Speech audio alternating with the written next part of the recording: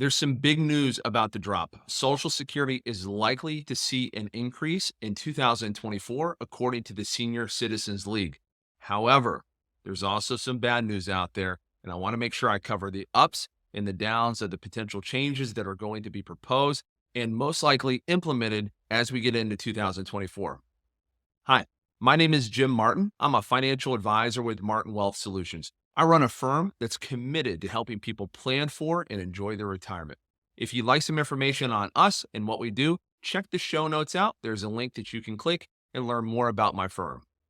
So in 2023, we saw an incredible increase in Social Security. It was actually up 8.7%, which is a really big deal because the average rate of Social Security increases over the last 20 years is only 2.6%.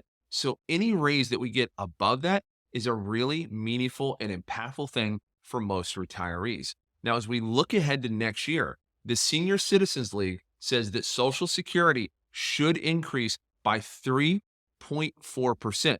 Now, that's an increase over what they initially forecasted for an increase. And there's a couple reasons why. With the Federal Reserve continuing to raise interest rates and try to tamp down on inflation, they expected that inflation would be coming in at a lower rate today. However, inflation is still persistently high, and because of that, they anticipate that Social Security will have a bigger boost. But it's not all great news. There's also some negatives out there as well, and they directly relate to Medicare. So let's talk about that for a moment. Now, Medicare Part B premiums, they're typically deducted from Social Security. And right now, we're expecting to see an increase on Medicare Part B. And that could be as much as $10 per month that retirees are going to have to pay in addition to what they pay this year. So that's going to take away from some of that Social Security increase. We oftentimes see this. We see Social Security get a raise, but Medicare premiums increase as well, which means less net dollars in a retiree's pocket than they initially anticipated. So make sure you factor that in as you're doing the math, because it's really exciting to see the potential of a 3.4% increase. However, when you do the math and you realize that there's other costs that are going up as well, that's not quite as rosy of a picture as initially painted. So what does this mean for the average retiree or person thinking about claiming Social Security? Well, it's important to know that Social Security, the way it works, is these increases compound on your benefit. So think about your Social Security. If you're not claiming Social Security benefits, this is what this means to you. You don't have to claim your benefits to get the raise or the 8.7. Those are already factored in to your overall benefit. It's important when you do claim your Social Security, you look at it as part of a puzzle piece for the rest of your financial plan. Remember, Social Security, it impacts your income plan, your tax plan, your investment plan. It doesn't exist in a vacuum. And what I mean by that is when you turn your benefit on, it might reduce the amount of money you have to take out of your 401k or your IRA, or it might increase that amount if you take your Social Security early and then your Social Security is not able to keep up with inflation.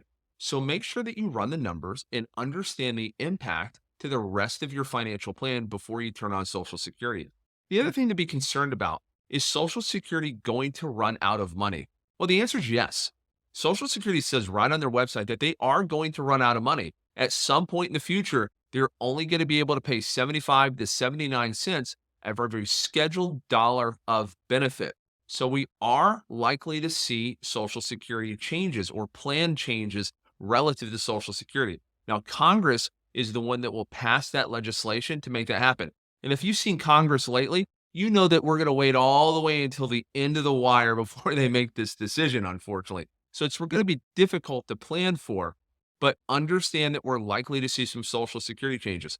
My best guess on the changes we see, they will affect younger people that are working, so people younger in the workforce, or high income earners who are capped out and not paying Social Security because they're earning too much money. They might raise that limit so higher income earners are paying more into the system.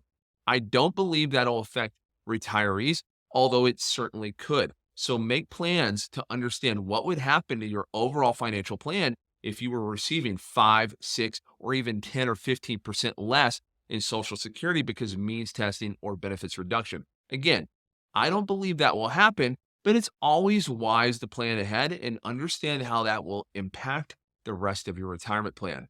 But again, the great news, there's an increase, and the increase is higher than the average over the last 20 years. That is relative to inflation, which is persistent and has not gone away. So as your cost of living has increased, at least your Social Security has kept up in some degree relative to those cost of living increases. Hopefully this was useful to you. If you liked the video, do me a favor, hit the like button. Make sure you subscribe. We try to get a new video out every week. And remember, plan well and retire happy.